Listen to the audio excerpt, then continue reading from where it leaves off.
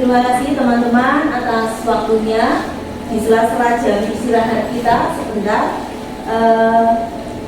Kita mari ngobrol-ngobrol ya. Kebetulan kemarin itu kami dapat tugas setelah pelatihan itu kami sudah menyusun RPP yang nanti akan kami gunakan untuk pembuatan video pembelajaran. Nah, kemarin RPP-nya dari kami sudah kami bagikan kepada Bu Mega, Pak Yantomin. Nah, mungkin ada masukan tentang RPP kami bertiga ini, Pak, Bu? Mungkin saya dulu Pak, atau secara mungkin ada hal yang sama bisa disampaikan secara bersama. Ya, terima kasih Bu Yuni. Untuk IPA, pada saat kemarin kami lihat itu pada sintak terutama itu mohon nanti masukannya waktunya dimunculkan. Jadi berapa durasinya itu berapa, sehingga nanti kita pas untuk pengaturan waktunya. Ya, Pak.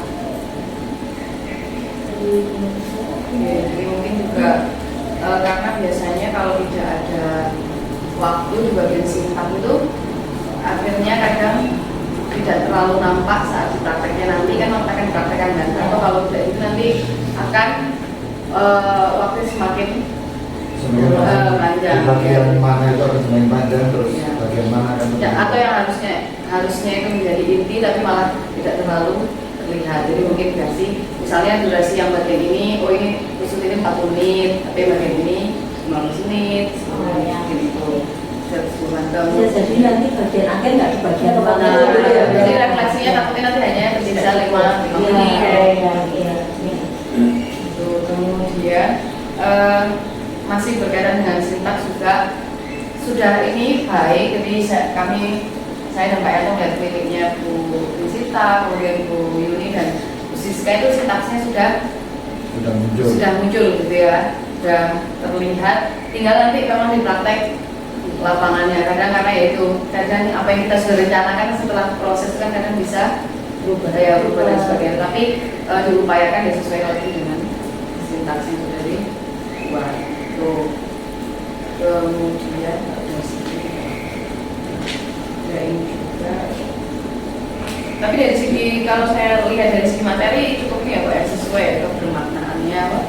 Maksudnya itu dari miliknya Bu Siska, Pak Siska tentang teks prosedur kebetulan ada di bahasa Indonesia. Terus saya juga lihat topiknya juga cukup menarik gitu ya, yang berkaitan dengan kehidupan sehari-hari. Tadi ada memasang prosedur ya tabung gas, kemudian pertolongan pertama itu juga perlu diajarkan ke anak-anak. Sama Bu dengan IPA dan IPS juga sesuai. Karena IPA itu juga harus butuh mau nggak mau pintar melakukan numerasi. Jadi setiap hari kita pasti ketemu dengan numerasi. Nah ini yang dianggap IPA itu adalah pengukuran. Kemudian yang IPS itu dianggap tentang konflik sosial. Ya. Kebetulan pas juga dengan kondisi saat ini untuk tema yang dianggap. Tinggal nanti mungkin kita mengolah di topiknya dengan supaya lebih relevan dengan apa yang saya hype ya. Kayak punyanya Bu Yuni konflik sosialnya kemarin apa?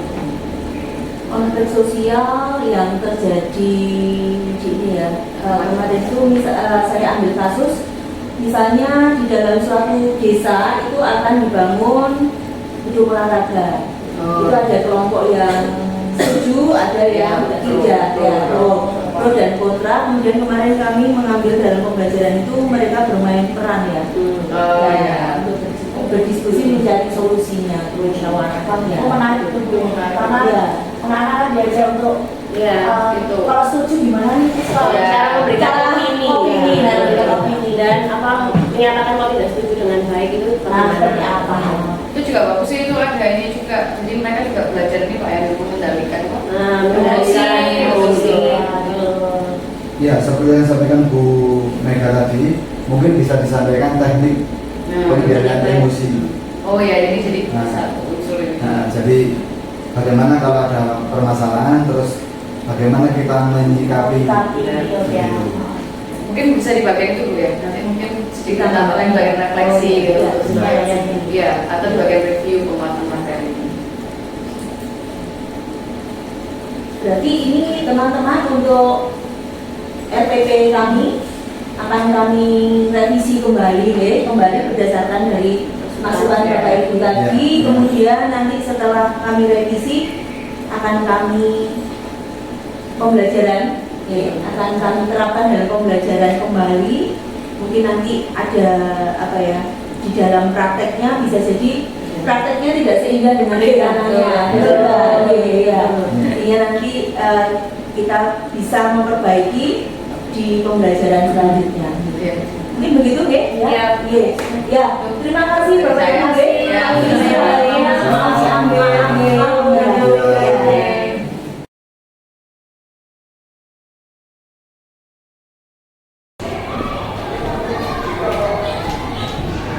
Persiapan beri salam.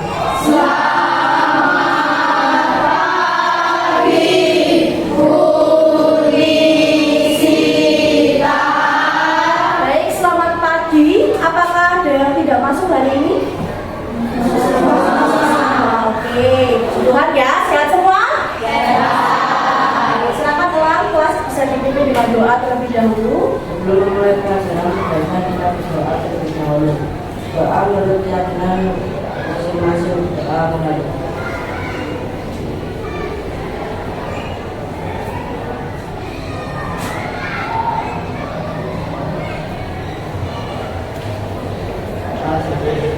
Oke, terima kasih Lang. Oke, hari ini kita lanjutkan ya agenda kita yang kemarin kita sudah membahas mengenai metode ilmiah, betul ya? Kalau kita akan hari ini membahas mengenai pengukuran, ya? Oke.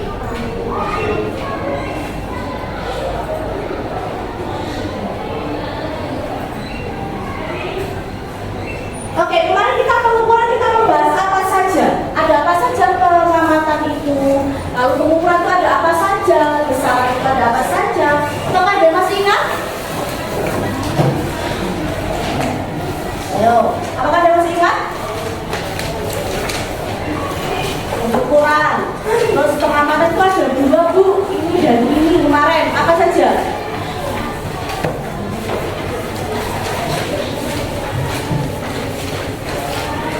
Naksa mungkin? Pengamatan itu ada apa saja? Pengamatan?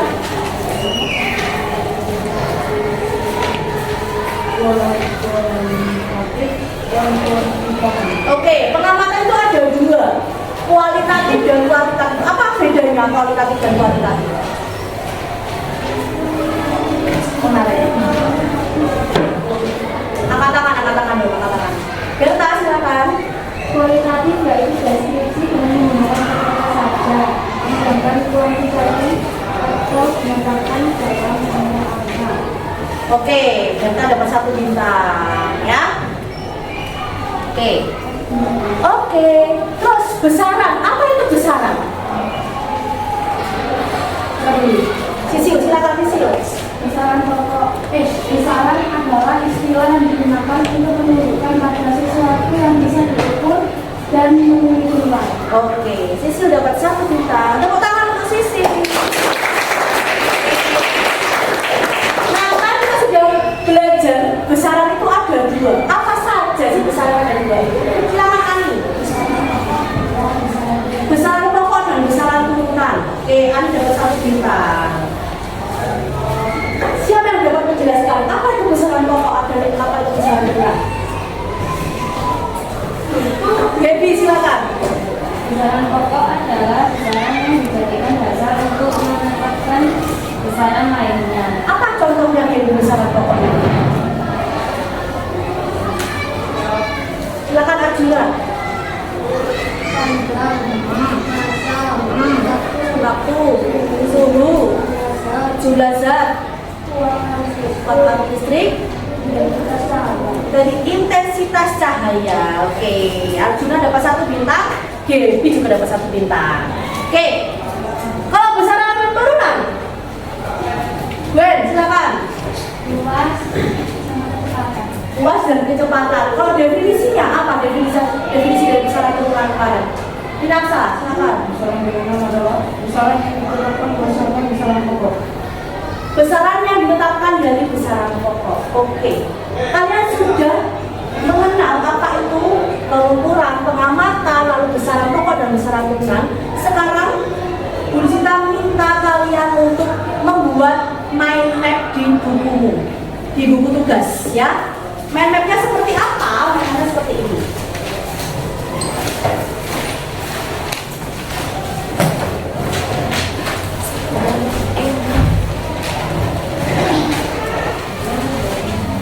Kurang menit ya? Cukup nggak? Cukup lah ya.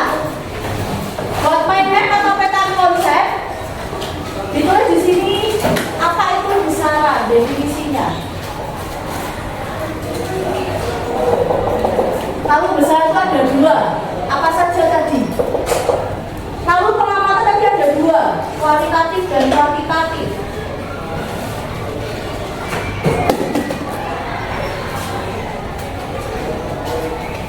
Dan kuantitatif.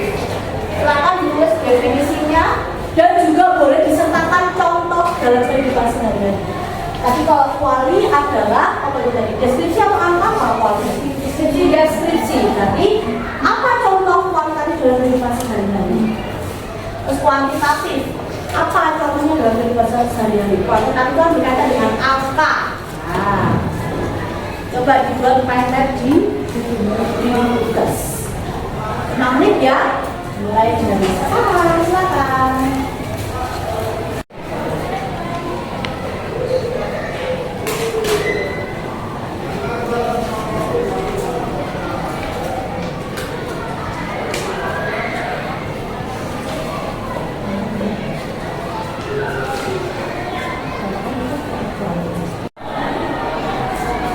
Sederhana saja, mereka yang sederhana saja. Kalian mudah memahami.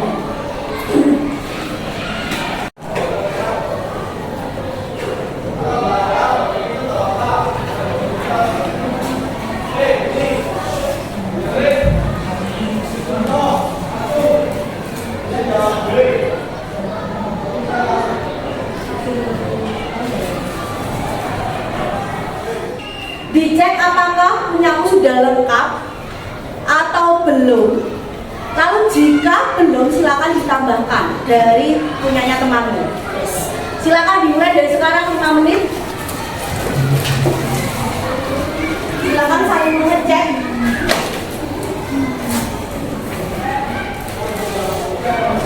Farel dengan Ani, silakan ditukarkan ya, saling mengecek satu sama lain. Tukarkan semua Jeniti, Sina dan Lang. Tukarkan. Sudah ditukarkan? Sudah, oke. Silakan dicek apa yang belum ada di punya temanmu. Silakan. Atau ini sudah lengkap ini punya teman saya, ya.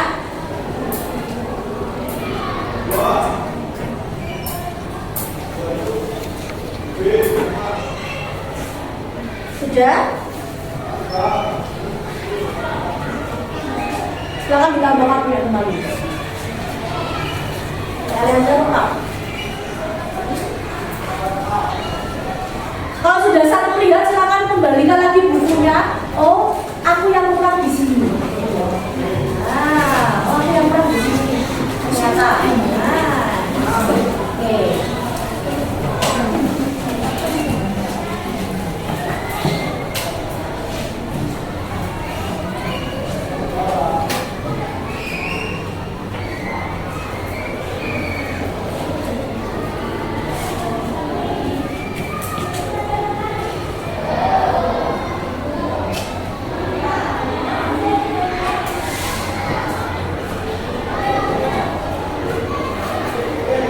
Al-Azhar sudah lengkap punyanya? Oke, mantap, luar biasa. Pio sudah lengkap? Sudah, pintar. Kristo sudah lengkap? Kurang sedikit lagi, oke.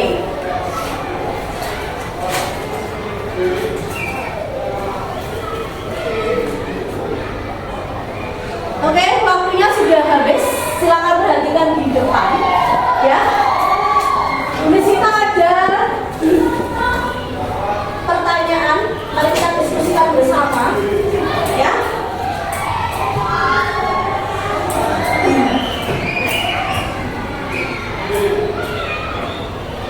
Coba, oh maaf. Coba kita diskusikan bersama. Yang mau mengutarakan pendapatnya, apa jadinya jika semua alat ukur di dunia ini itu tidak akurat atau bahkan tidak ada sama sekali? Kenapa? Coba. Kenapa Eliezer?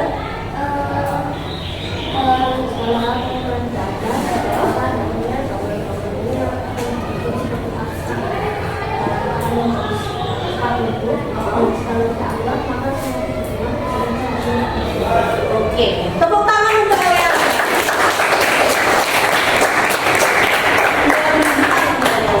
Oke, yang lain. Kawan-kawan yang Debbie. Oke, kalau misalnya nggak ada itu, kalau mau masak nasi itu airnya bisa kebanyakan, jadinya nasinya nggak layak dimakan. Oke, tepuk tangan untuk Debbie. Mas, gimana loh ya? Masak nasi aja harus ada ukurannya ya. Apalagi ya? Yang lain, coba. Rinasa, silakan. Kalau ukur di rumah, maka kita bisa mengukur berapa gram air yang ada di dalam botol. Berapa gram air yang ada di dalam botol? Apakah air menggunakan gram kira-kira? Menggunakan apa biasanya? Mililiter. Oke, boleh apa tepuk tangan untuk Rina. Siapa lagi? Yang mau berpendapat? Risto? Silakan Risto. Tidak ada alat ukur di dunia, karena mengukur kandungan tidak pas atau